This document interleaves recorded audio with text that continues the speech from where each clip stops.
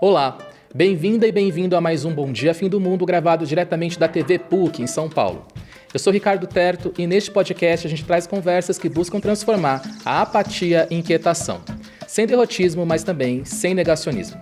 No episódio de hoje, Israel e Irã entram em conflito e o mundo entra em uma nova fase de apreensão. A gente vai trazer todos os detalhes da guerra que se sabe até agora e também vamos falar sobre o ecocídio. Tudo isso agora, no Bom Dia Fim do Mundo.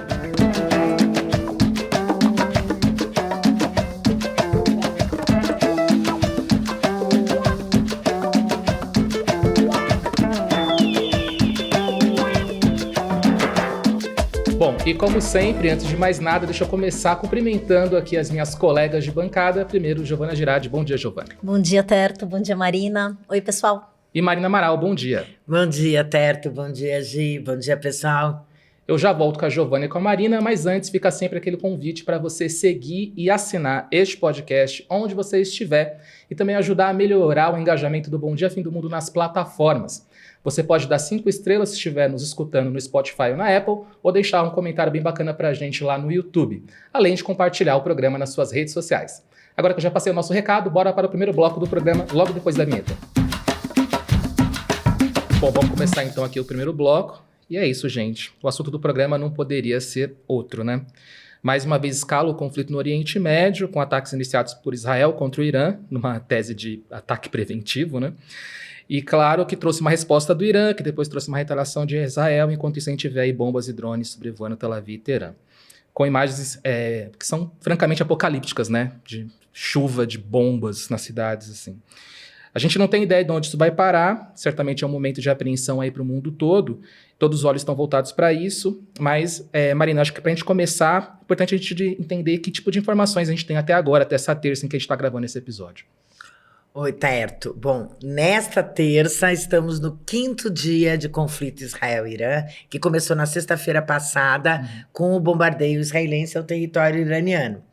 Até o momento, e infelizmente esses números sobem todos os dias, 248 pessoas morreram na guerra. 224 no Irã e 24 em Israel.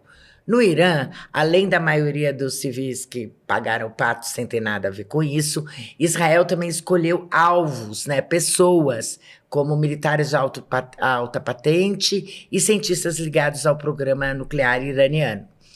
É bom a gente notar também que houve uma mudança no padrão dos ataques ao território iraniano desde o início da guerra, porque nos primeiros dias eles ficaram concentrados nas instalações militares e nucleares. E, recentemente, eles estão atingindo os campos de petróleo e gás, né, que é o coração da economia iraniana, e outros alvos, como a TV estatal. O que enfraquece um pouco essa justificativa apresentada por Israel para a ofensiva militar contra o Irã, né, de que seria esse tal ataque preventivo para evitar que o Irã, que é a maior potência militar da região depois de Israel, desenvolvesse bombas nucleares, né? O que Israel sempre diz que ameaça a sua existência. Agora, para quem está observando as atitudes de Israel desde a retaliação aos ataques terroristas do Hamas, em outubro de 2023, que desembocou nessa gigantesca crise humanitária em Gaza, o ataque ao Irã ele segue uma lógica militar, como explicou a professora de Relações Internacionais, Ana Carolina Marçom, com quem eu conversei ontem.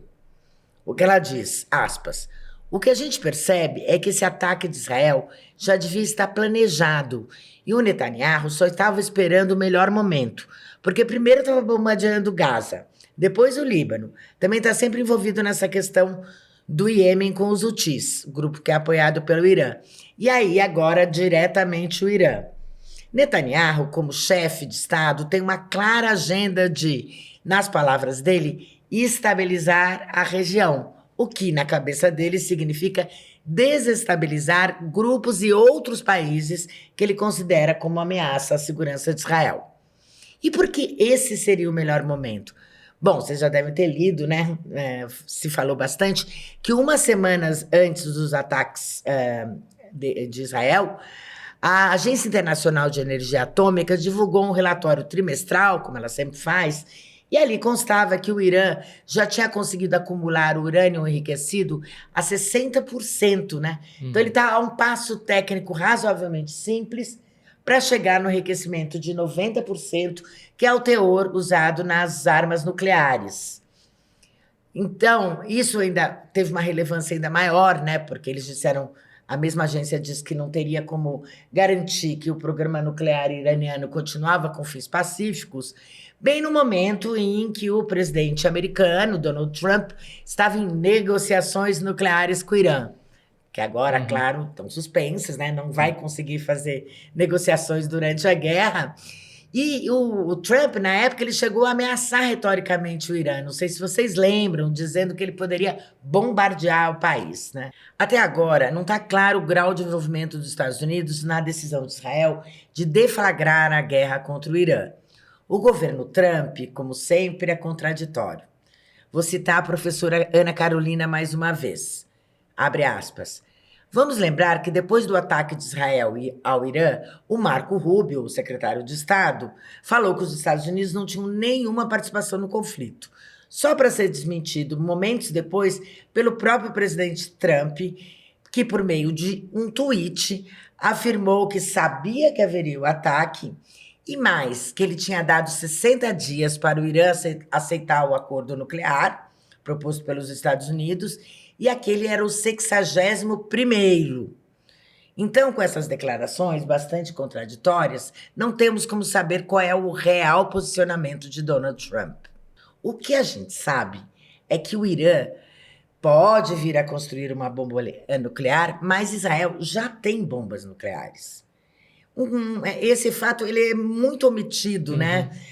Principalmente as principais lideranças ocidentais nunca falam nisso quando falam do perigo que seria a bomba nuclear nas mãos do Irã. E curioso que não são só as potências ocidentais que omitem, mas o próprio governo de Israel, né? Eles nem admitem publicamente que tem armas nucleares, mas também não negam, o que acaba gerando ali uma certa confusão, ninguém sabe direito quantas armas eles têm ou que tipos de armas. Agora, o que se sabe é que o resto do mundo, os países que têm armas nucleares, tá todo mundo se armando mais, ou pelo menos melhorando os seus arsenais. Nessa segunda-feira, o CIPRI, que é o Instituto de Pesquisa para a Paz de Estocolmo, divulgou a versão mais atualizada deles de um relatório anual que eles lançam sempre sobre o estado de armamento no mundo. E a mensagem inicial deles é a seguinte: abre aspas, uma nova e perigosa corrida armamentista nuclear está surgindo em um momento em que os regimes de controle de armas estão severamente enfraquecidos, fecha aspas. E aí eles comentam essa, que eles chamam de ambiguidade nuclear de Israel, que nem fala que sim, nem fala que não. De todo modo, apesar de Israel não admitir, tanto o CIPRI como outros institutos de pesquisa que monitoram o armamento dão como certo que sim, Israel tem armas nucleares. Eles apontam nesse relatório que são 90 ogivas disponíveis em Israel. Israel tem mais armas nucleares até do que a Coreia do Norte, por exemplo, que tem 50. E aí eles falam que essa ambiguidade, né, de Israel gera um pouco de incerteza, porque você não sabe exatamente que tipo de arma eles têm, mas que os pesquisadores sabem que Israel está modernizando seu arsenal e inclusive uma instalação que eles têm lá de produção de plutônio, que é, né, um dos combustíveis aí das armas nucleares. Então, assim, o cenário, independente do que está acontecendo no Irã ou não, é de um mundo mais nuclearizado, digamos assim, né? E o pessoal do CIPRI, inclusive, no relatório, lamenta isso. Eles falam que provavelmente a gente está vendo o fim de uma era em que vinha ocorrendo, em que a desativação de armas nucleares estava ocorrendo num volume maior do que a implementação de novas ogivas. Eles falam que era um processo lento, mas que mais ou menos ali vinha acontecendo desde o fim da Guerra Fria, e eles acham que agora o que a gente está vendo é uma reversão dessa tendência, que provavelmente a gente vai ver menos desativação e mais implementação de novas armas nucleares. Eles acham que isso está de fato acelerando. Pois é um revés triste, né? E é interessante quando a gente está trazendo aqui as camadas da guerra em si, porque uma das coisas que a gente... Virou até um lugar comum de dizer, assim, conflitos no Oriente Médio, é a ideia de que sempre tem alguma coisa a ver com petróleo. até inclusive quando você estava comentando que agora Israel atacou postos de petróleo no Irã, né? Só que, enfim, pelo tudo que a gente comentou até agora, eu não sei, não dá para ter certeza se o petróleo está envolvido nessa história mesmo. Marina, você pode esclarecer, o petróleo, tem cheiro de petróleo nesse conflito ou tem outras coisas, é uma outra guerra, os tempos mudaram? Olha, cheiro de petróleo no Oriente Médio sempre tem, né? Sim. Mas depois de uma série de guerras durante o século XX, né, que foi até a invasão do Iraque, lá em 2003, em que os atores ocidentais, principalmente os Estados Unidos, atuaram movidos pelo interesse em petróleo, até hoje a maior fonte de energia do mundo, nesse caso o petróleo não está desempenhando um papel relevante. Uhum.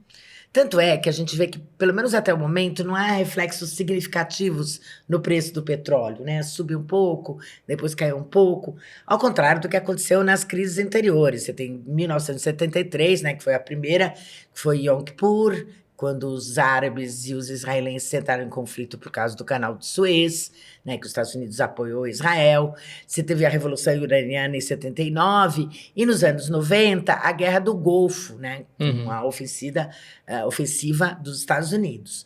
Todas essas guerras tiveram consequências pesadas para a economia mundial e tiveram participação americana por causa do petróleo.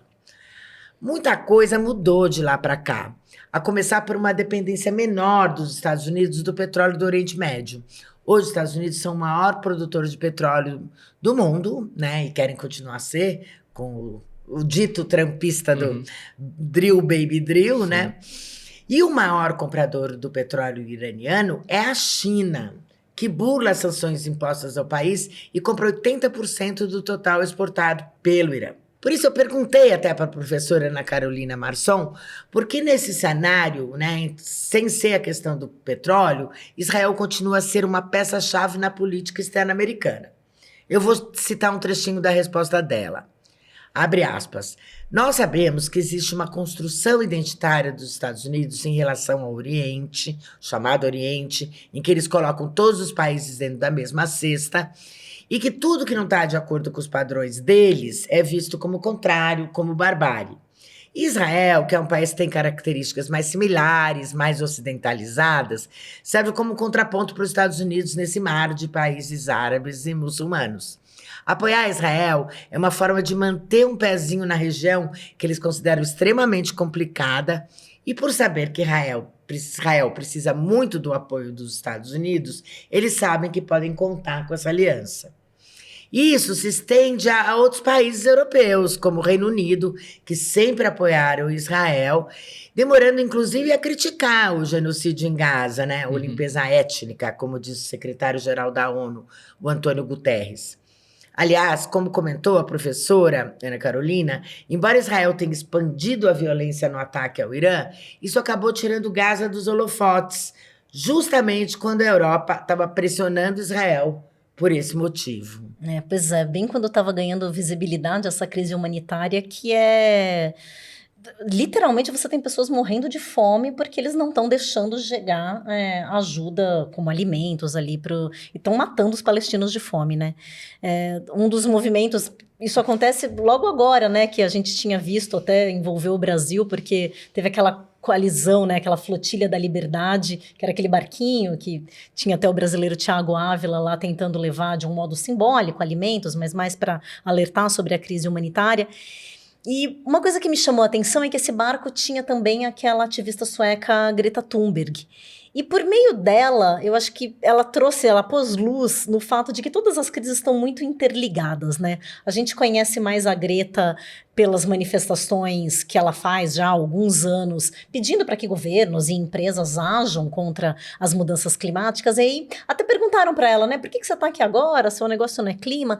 E ela fala assim, abre aspas, para mim não tem como distinguir os dois. Não podemos ter justiça climática sem justiça social.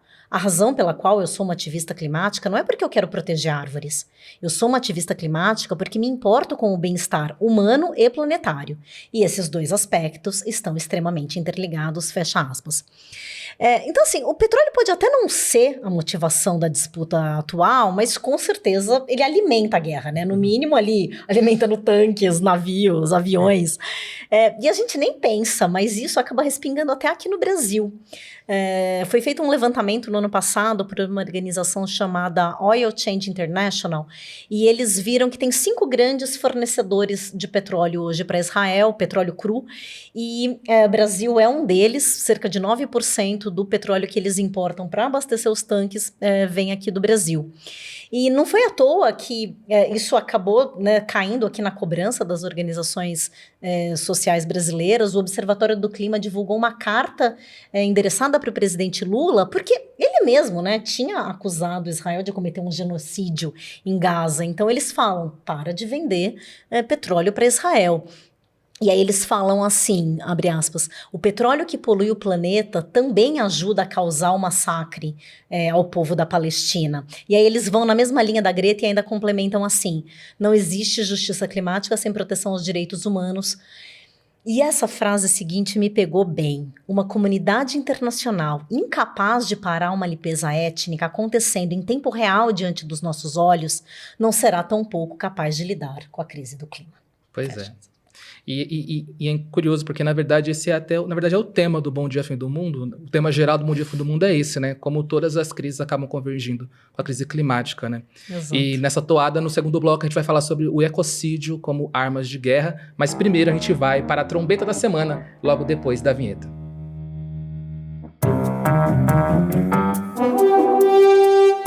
Alô, quem fala?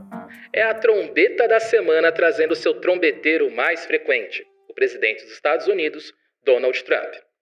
Não só ele, mas o verdadeiro império que ele e sua família construíram e que agora, com o patriarca com o poder de mexer como bem quiser com taxas e tarifas, os negócios das organizações Trump vão de vento e polpa.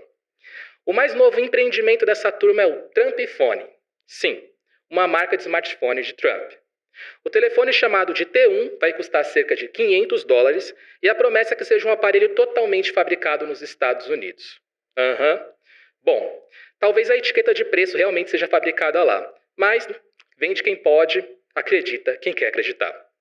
Além do smartphone, o T1 vai vir com um serviço de telefone chamado Trump Mobile. Sim, os nomes não são muito inventivos. Especialistas trazem preocupações com conflito de interesses, afinal, depois de taxar produtos estrangeiros, a empresa de Trump lança um produto supostamente feito nos Estados Unidos. Não precisa ser muito smart para chegar a essa conclusão. O Trumpfone se junta a outros inúmeros produtos administrados hoje pelas organizações Trumps, como relógios, bifes, bíblias e águas engarrafadas, além de resorts e hotéis de luxo. É uma espécie de organizações tabajara do fascismo. Se eu fosse arriscar, eu diria que o próximo lançamento desse grupo é uma nova Constituição estadunidense, essa sim, 100% feita lá, mas com alguns toques de Alemanha do início do século passado. Mas, por enquanto, essa foi a trombeta da semana, um sinal do fim dos tempos e um sinal de que o Bom Dia Fim do Mundo só está na metade.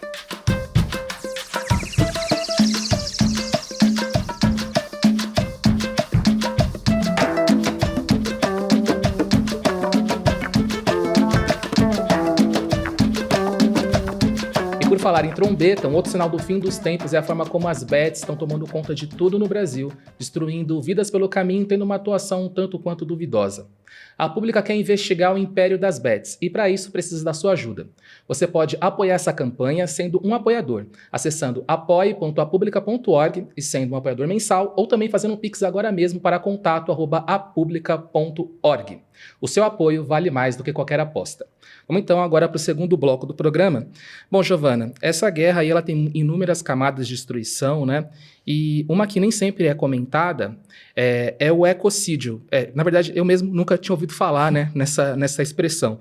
Então, você pode trazer para a gente, começar assim, esse segundo bloco, explicando o que é esse ecocídio, como que é uma forma, uma maneira de oprimir outras pessoas? Exato, Terto. Essa expressão ecocídio, quem tem usado, inclusive, é a Greta Thunberg, né, que eu comentei no primeiro bloco, e ela fala isso, de ecocídio como sendo essa destruição ambiental mesmo, que acaba levando também a nossa própria destruição, e que isso sim seria uma tática de guerra. Porque se a gente pensar que, além da destruição de infraestrutura, dos prédios que vêm abaixo, né, rodovias, você também tem uma destruição dos próprios meios naturais, né, do próprio meio ambiente. E isso, quando a gente pensa, por exemplo, numa região como a faixa de Gaza, essa destruição ambiental tem sido tão intensa que ela tende a dificultar a própria recuperação daquele lugar se um dia, né, a gente conseguir terminar essa guerra.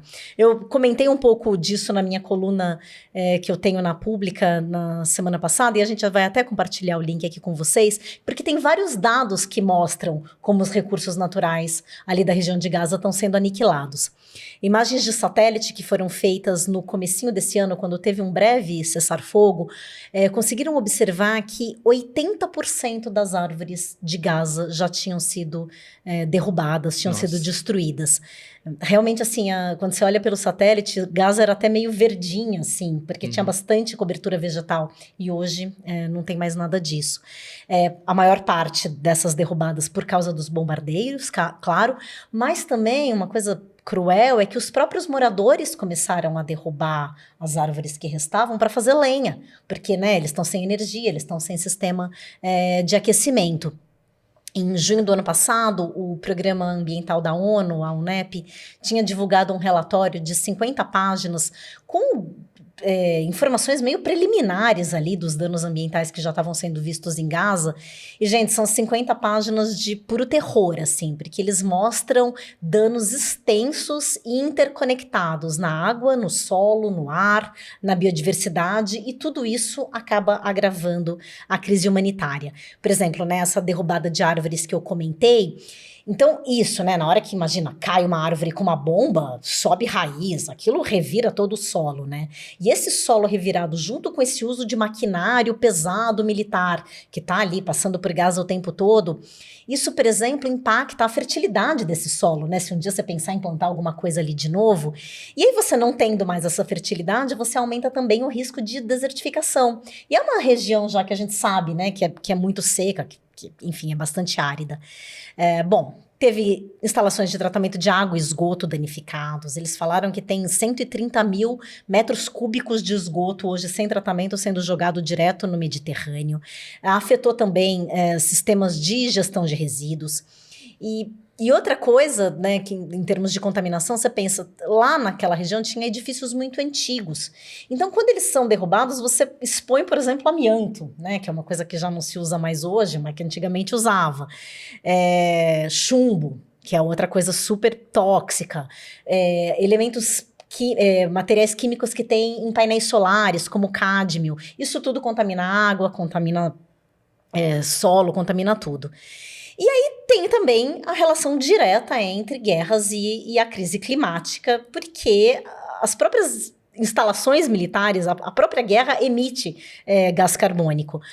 Teve uma matéria que saiu no Guardian agora em maio, falando que os primeiros 15 meses de conflito entre Israel e Palestina já tinha levado a mais emissões de CO2 do que as emissões combinadas anuais, por exemplo, de Costa Rica e Estônia. Quer dizer, essa loucura, né? Você imaginar que um conflito emite tanto quanto dois países. E dados como esses existem também em outros conflitos. Por exemplo, na guerra entre a Rússia e a Ucrânia, também se estima que nos primeiros 3 anos eles já emitiram 230 milhões de toneladas de CO2, que é o equivalente ao que países como Áustria, Hungria, República Tcheca e Eslováquia emitem juntos. E também existem... A gente tende a ter no mundo, né, reportes de emissões, assim, quanto que um setor emite, agricultura, energia, e o setor militar costuma ficar de fora. Mas, por conta de questões de segurança, dizem que eles não podem informar quanto que eles emitem. Mas tem um cálculo, uma estimativa feita pelo Observatório de Conflitos em Meio Ambiente, que diz que eles representam 5,5% das emissões globais anuais. É mais do que muito país. O Brasil, por exemplo, emite cerca de 3%. Isso tudo, o que a gente está vendo com esse agravamento das guerras, é que isso pode acabar, de fato, minando. A gente está falando de COP, a gente está falando, né, de esforços para conter as mudanças climáticas, mas quanto mais você arma os países, mais você tende a minar esses esforços. A gente tinha comentado aqui alguns episódios de como os países que fazem parte da OTAN estavam querendo aumentar a sua militarização por conta de tudo isso que está acontecendo, né? E aí foi feito um cálculo agora estimando que isso levaria a uma emissão extra de 200 milhões de toneladas de CO2 por ano. E aí isso piora a própria crise climática, que em última instância pode piorar ainda mais os conflitos por, sei lá, lutas ali por recursos como água. né? E como a gente já comentou aqui, as guerras da Ucrânia e de Israel também têm tido consequências bem negativas para a relação entre os países, né? O multilateralismo, que é essencial para acordos sobre o clima e para a política externa brasileira também. Veja, por exemplo, que apesar de ter mantido um clima de cortesia um pouco inesperado até durante o G7, o presidente Donald Trump saiu antes do encontro, o que foi interpretado pelos presentes como a necessidade de tratar de assuntos relacionados à guerra do Oriente Médio. Ele desmentiu, né? Ele está sempre indo contra, disse que tinha coisas maiores e mais importantes a fazer, como se essa não fosse a principal preocupação da política externa americana nesse momento, né? Também parece ser uma tentativa de dizer aos seus eleitores que os assuntos internos vão prevalecer, como ele prometeu na campanha. Aliás, eu tenho que comentar aqui, aproveitando que a gente está falando do G7, que a nota que saiu desse encontro insiste em declarar o direito de autodefesa de Israel, que é óbvio, mas omite o fato crucial de que foi Israel quem começou a guerra com o primeiro bombardeio ao Irã. Exatamente. Mas, voltando à questão do multilateralismo, né, que a gente tem acompanhado, vem perdendo força desde da posse do Donald Trump, né, que ele já tem aquela tradição do primeiro mandato de se retirar do Acordo de Paris, da OMS e de outros fóruns internacionais importantes. E por mais que a gente goste ou não, isso significa a perda de um ator decisivo nos acordos mundiais e também o enfraquecimento relativo desses fóruns. Eu estou curiosa para ver agora, por exemplo, qual vai ser o peso para o mundo da reunião dos BRICS no Rio de Janeiro, que é em julho agora, com esse esvaziamento do debate democrático e multilateral. Desde o ano passado, o Irã também faz parte do BRICS, mas ninguém sabe como vai ser a participação, se eles vão vir ou não, né? E como seria, de que modo eles participariam. De qualquer forma, o que os especialistas têm dito é que se espera reflexos como menos parcerias comerciais a serem fechadas durante o encontro e também dificuldade de consenso na declaração final. Para o Brasil, como eu já disse, é muito ruim. Porque além dos BRICS, né, que acontece no Rio e é um fórum importante para a política externa brasileira, também a COP30 pode perder o brilho nesse cenário, principalmente na questão do financiamento climático, que depende dos países ricos. Exatamente, tanto que está tendo um avanço nessa discussão, bem agora, nessa semana, que está sendo realizada na cidade de Bonn, na Alemanha, uma espécie de pré-COP. É uma reunião que sempre tem, todos os anos, em junho, que funciona como preliminares do que vai ser a cúpula depois oficial no final do ano, né? E isso está servindo já como um teste da capacidade da presidência brasileira de melhorar ali a negociação, né, de conseguir pressionar os países. Um dos temas que eles estão debatendo é justamente essa questão do financiamento. O Brasil tem pedido para os países não procrastinarem, para eles já avançarem nessa reunião agora e não deixarem tudo para Belém, mas vamos ver como que vão avançar os ânimos aí. Essa reunião, ela continua até sexta-feira da semana que vem. De todo modo, eu acho que o Brasil está tendo que lidar aí com muitos tipos de pressão e problemas, né? E um deles é em torno do tema, que acho que é o mais esperado que essa COP consiga resolver, consiga trazer um avanço, é em relação ao fim, justamente de quem? Dos combustíveis fósseis, que já mencionamos nesse episódio. E, gente, assim, por essas coincidências muito ruins, né? Bem nessa terça-feira, quando a gente está aqui gravando o programa, a Agência Nacional do Petróleo realizou um leilão de vários blocos de petróleo no país inteiro, sendo que 47 deles na Foz do Amazonas, e eles conseguiram arrematar 19. Ou seja, a gente tem feito todo esse auê por causa de um bloco, né? O bloco da Petrobras, imagina que agora vão entrar mais 19 na fila ali daquela região. Isso aqui, falando, né, desculpem o trocadilho, falando em bomba, é uma bomba de gás carbônico que está sendo preparada para ser jogada no mundo daqui a alguns anos, quando o uso do petróleo já deveria estar diminuindo. Pois é. A gente vai continuar aí, né, de olho tanto nos conflitos, né, no conflito no Oriente Médio, tudo que está acontecendo lá, e também nas preparações da COP e na própria COP. Mas, por enquanto, até para a gente conseguir respirar um pouco depois desse episódio, eu vou chamar agora o quadro A Luz no Fim do Túnel, onde a Alana, a fada sensata, vem trazer uma boa notícia para nos iluminar. Brilha aí, Alana.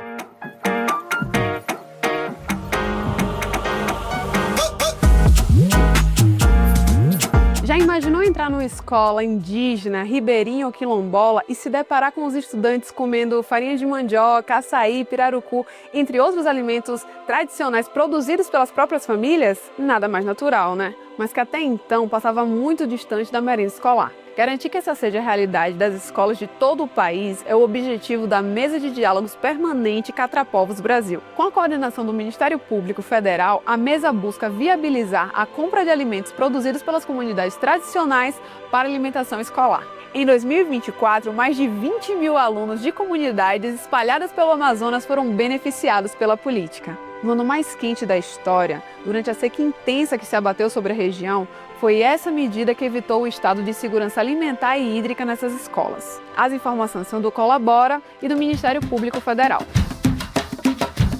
E você também pode falar com a gente através do e-mail correiodofimdomundo@publica.org. Se você quiser saber mais sobre os assuntos que a gente trouxe aqui, você pode acessar apublica.org/bomdiafimdomundo, que a gente deixou alguns links e matérias interessantes por lá. Outra coisa que você pode achar interessante são os outros podcasts da Rádio Guarda-Chuva. A dica de hoje é a nova temporada do podcast Vida de Jornalista, que traz aí debates sobre jornalismo em época de IA. Como é que é esse jornalismo aí com o apoio de robôs? Procura o Vida de Jornalista no seu tocador favorito e boa escuta. Agora eu vou me despedir aqui das minhas colegas do Fim do Mundo. Primeiro, Giovana Gerardi. Um abraço, Giovana. Até semana que vem. Abraço, Terto, Marina. Bom feriado, pessoal. Abraço, Marina. Até semana que vem. Um abraço, Terta. Abraço, Gi. Tchau, gente. Força. Quinta-feira que vem estamos de volta em todos os tocadores de podcast e também no YouTube da Agência Pública. Quinta-feira também, às 5h30 da tarde no C3 TV e às 18h30 na TVT. Segunda-feira, 11h30 da noite no canal Universitário. Boa noite para quem nos assiste no canal Universitário. Até semana que vem, fiquem bem, bom dia, fim do mundo.